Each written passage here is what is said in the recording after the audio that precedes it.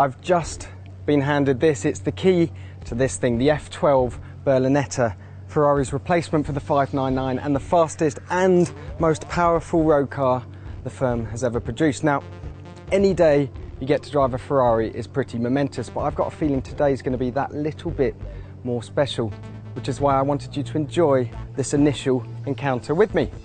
First things first, let's talk about the styling. Personally, I think it looks stunning, much better than the 599. And it's not just for us to perv over.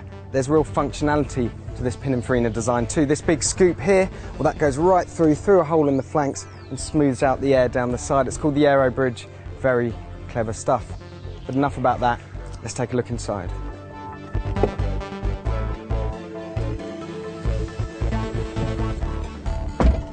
Right, so the first thing you notice is that this is actually quite spacious. It's a smaller car than the 599, but they've managed to maintain pretty much the exact same interior dimensions. There's a 500-litre boot behind you, of course, because the engine's in the front. In terms of how it looks, it's a lot closer to the 458's interior design than it is to the FF. That's because they've grouped all the controls onto the steering wheel here. So you've got your indicators, your lights, your suspension, your Manatino switch, and the screens for your sat-nav and audio, well, they're tucked in next to the rev counter. There's no big screen in the middle of the dash. But to be honest, there's only one thing that matters, and that's the key down here. If we give it a twist, the dash lights up, and we push this button. Let's go for a drive.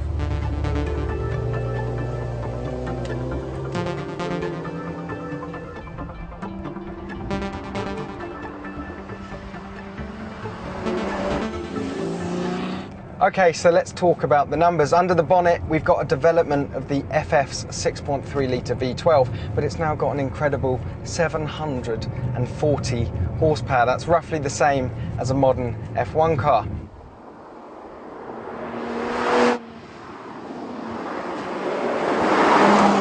Zero to 62, well, that'll take 3.1 seconds. 0 to 124, that'll take 8.5, and the top speed is 211 miles an hour. If I'm honest, it's a bit too much performance to fully exploit on the road.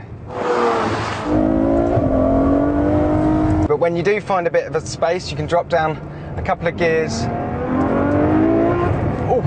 and give it full throttle for a fraction of a second, and it's just incredible. The noise, the sound, even at 20-30 miles an hour going through town, this thing's just so dramatic. It's got heart, it's got soul.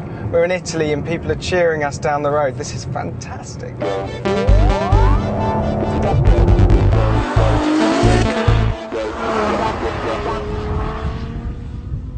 You know what? I think this F12 has the hardest job of any Ferrari because it actually has to serve two roles.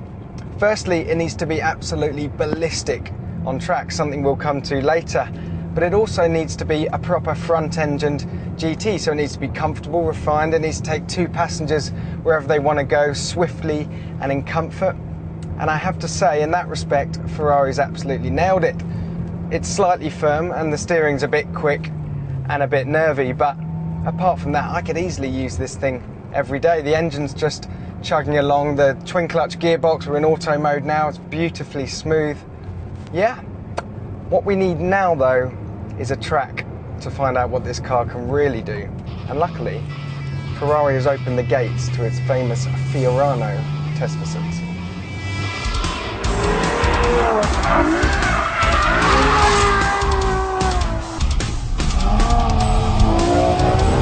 Whoa, there's the oversteer.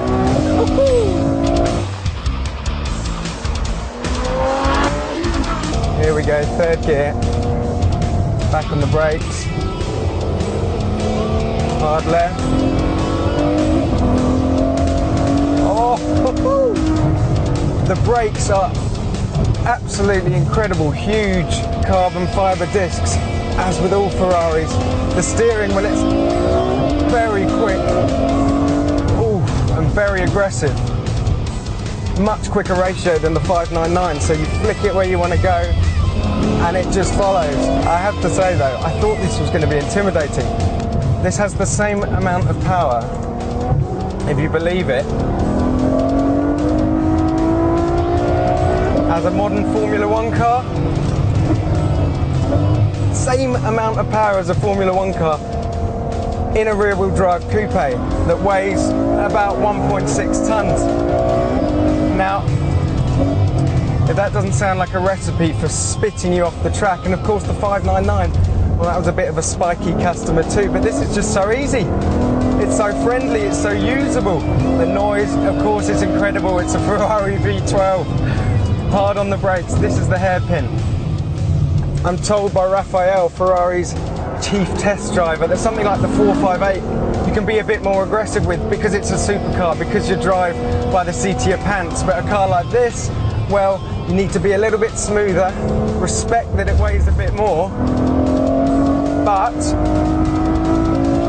when you open it up, oh, I think it would show a 458 which way to go. So, what can we say about the F12 Berlinetta? Well, it's not just faster than the 599 it replaces, it's taken a huge performance leap. And despite that, it's actually easier to drive and more forgiving than the 599, which could be spiky at times. In terms of the way it handles, with that low centre of gravity, it's almost as sharp as a mid-engine car. So if you're in the market for a 458, now you might want to reconsider. I reckon this thing is the best all-round supercar in the world.